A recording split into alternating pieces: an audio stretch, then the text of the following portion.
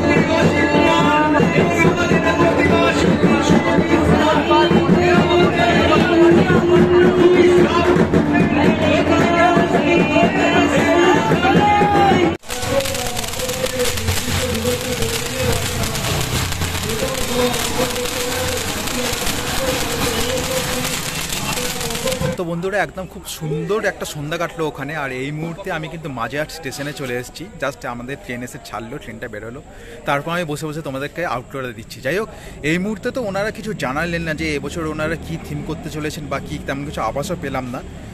আশা করছি আর মাসখানেকের পরে হয়তো তোমাদের একটা আওয়াজ দিতে পারবো। আর ওটা কিন্তু সাউথ কলকাতার খুবই একটা বড় পুজো। যাই হোক, ভিডিওটা কেমন লাগলো অবশ্যই কমেন্ট করে জানিও। ভালো লাগলে লাইক করো, বন্ধুদের সাথে শেয়ার করে, এরকম নতুন ধামাকাদার ভিডিও দেখার জন্য চ্যানেলটা সাবস্ক্রাইব করে পাশে থাকো। তো চলো আজকের মতো খুব তাড়াতাড়ি হচ্ছে নতুন একটা ভিডিওর সাথে। ততক্ষণ সবাই ভালো থাকবে, সুস্থ থাকবে এবং ক্যালকাটা সবাই সবসময় জুড়ে থাকবে, কারণ এখানে অনেক অনেক মজা। চলো টাটা।